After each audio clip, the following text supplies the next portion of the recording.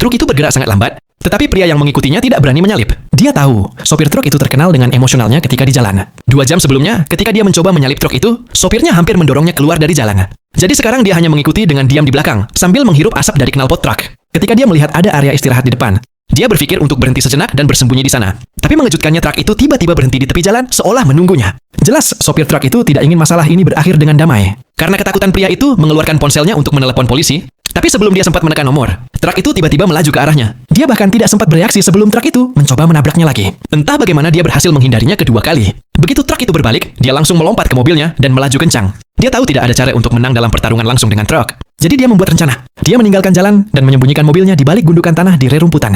Beberapa menit kemudian, truk itu melaju melewatinya. Jantungnya akhirnya tenang. Dia berpikir, aku akan menunggu 1 jam lalu pergi.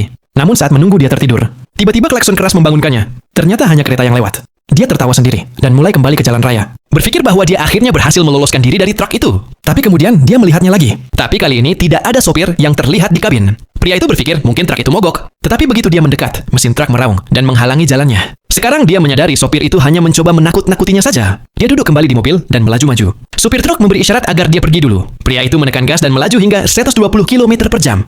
Tetapi secepat apapun dia melaju, truk itu tetap berada tepat di belakangnya. Saat itu dia melihat mobil polisi di depan dan merasa lega. Tetapi truk itu tidak terkendali.